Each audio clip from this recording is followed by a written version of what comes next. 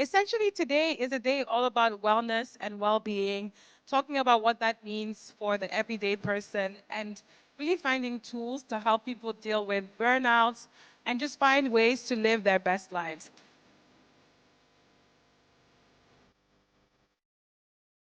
Stress, depression are issues that affect women worldwide. They affect African women, they affect women in Nigeria. And what I really want women to take away from the event is to learn the coping mechanisms that they can use to live a better life, to understand how to de-stress, to understand how important it is to rest. So it's not just about women, men also need to take care of themselves. We all need to make sure that we're taking care of ourselves so that we can live optimal lives and live long and healthy lives like our grandparents did. The theme today is burnout with respect to women, because as we all know, they are caregivers. And what I expect is just for us to understand a whole lot more, learn, get to understand what we are doing with respect to managing relationship with women in the workplace and how we can support them. Burnout comes when you get to the extreme without being conscious about it. And you begin to have reactions within the context of the environment you are. But the biggest environment is when you do not come in with your own body and your own system. The system gives warnings. The system tells you something is wrong. But if you fail to appreciate what your system is telling you, then you're already in the zone of burnout.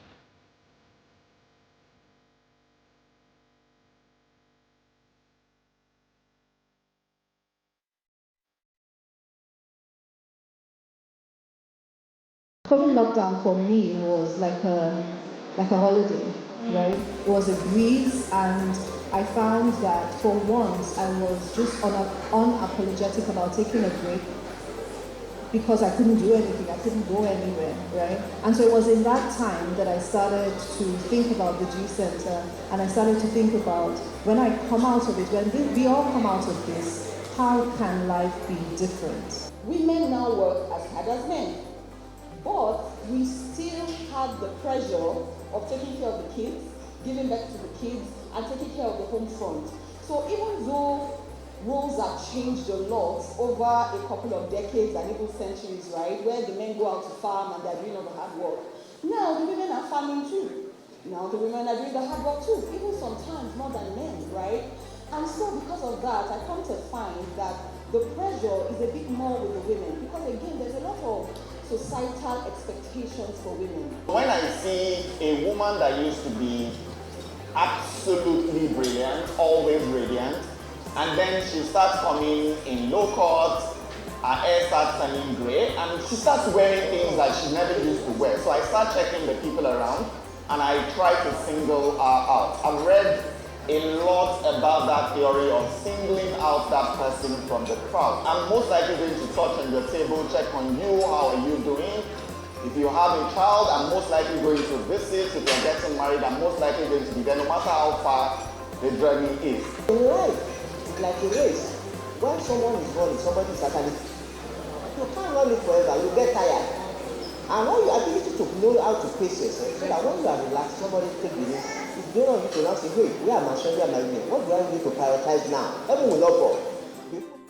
Women are beginning to feel pride in advocating for mental health and actually taking therapy. You hear people say, oh, I've been in therapy for a year now, and that is so beautiful to see. So in this event, I've finally been able to see that Africa and Nigeria is finally stepping into the mental health awareness. A lot of times, women and men alike want to do everything at the same time. So it is important when you are experiencing anything less than your best, please take out time to rest. There's a need for people to take their mental health seriously. We are talking about it in Nigeria, but I feel we can do better.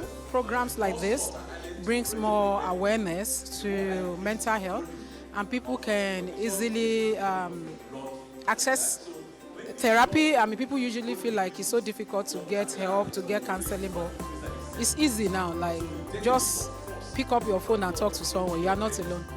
Women should take their mental health seriously and find the reason why they were created. Find it.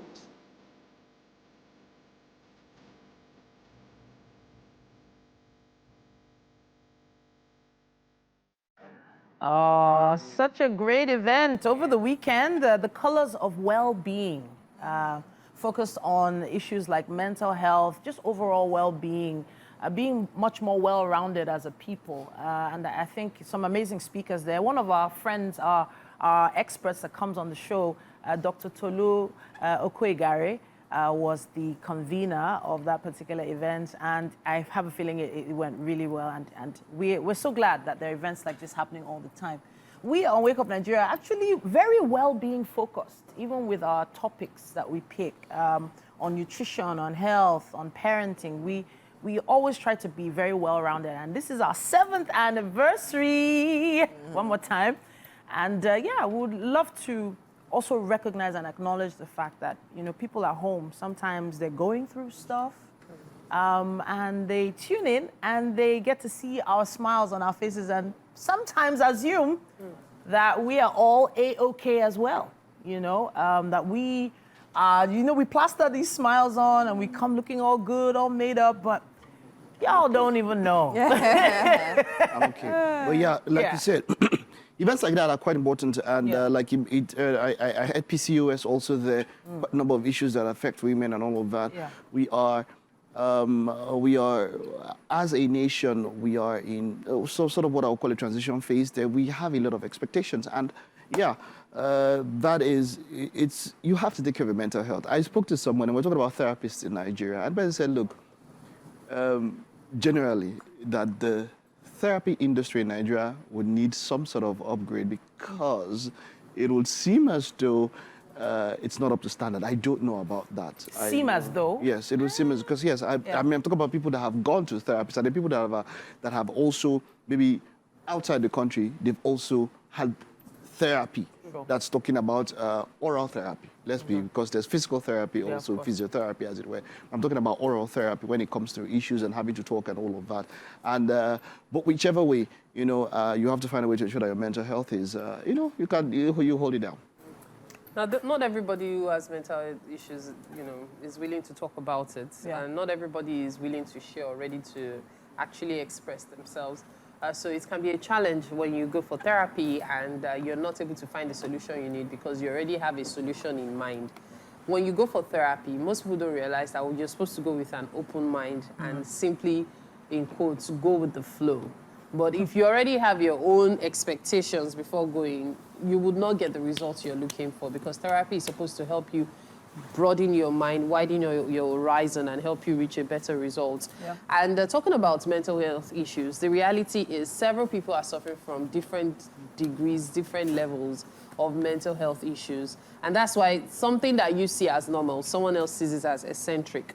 But something that you see as crazy, someone else is like, I don't see any big deal in it. I know quite well that so many things people do personally, I see it as normal, and then someone says, that's crazy, and I'm like, okay, I'm still looking for. But the things I find crazy are seen as normal to many people. So people are different, and so let's first establish that when we're talking about mental health.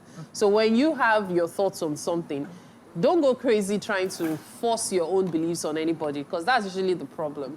You believe life should be in a particular way. No, life was not created for you alone.